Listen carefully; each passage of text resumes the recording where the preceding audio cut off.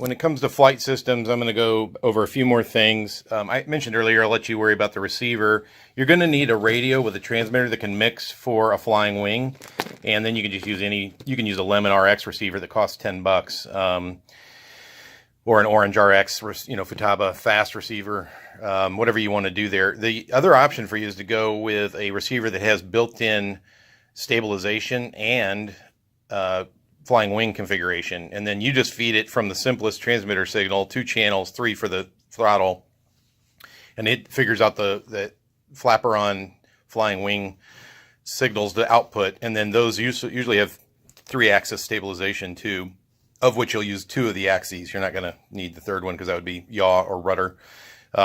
If you need to get help with that, reach out to somebody. I'm not going to cover much more about that. I already showed you the motor and the ESC. If you're new to doing this kind of stuff, you're going to need a connector on your ESC, and it's probably going to ship without one. You'll need to know how to glue that on. Plenty of good videos to properly solder these on.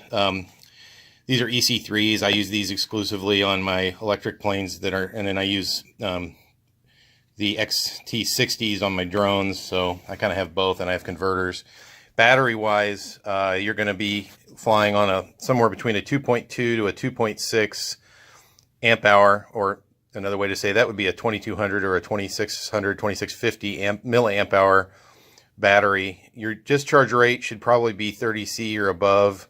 This one's a Turnigy Nanotech. These are pretty good batteries. They're not, the best you could buy, but they're decent. You get these from Hobby King. A lot of us fly these. They're fine. My favorite battery to fly these, although they're not super expensive, but they wear out faster. And again, you're probably gonna lose a battery or 2 in a collision or a crash with your flying combat. But I like these Rev Electrics Blend 435 high voltage batteries. I get so much more punch in the combat with them. But again, don't be buying expensive batteries if you're worried about losing them during combat.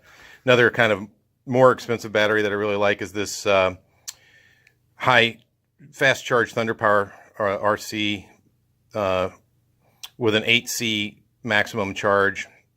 I always put the year I bought something so I can get rid of it after 4 years. So this one's going to have 2 more years. It's 2019 right now. So this, I don't charge these at 8C. That's probably not wonderful, but if I need to, I can charge them at 5C, and that's why I like these batteries. They're a lot more expensive, and I don't really need the C rating, except that I want to charge them fast. So, and I would have at least 3 of these, maybe 2 if you got the fast charge batteries.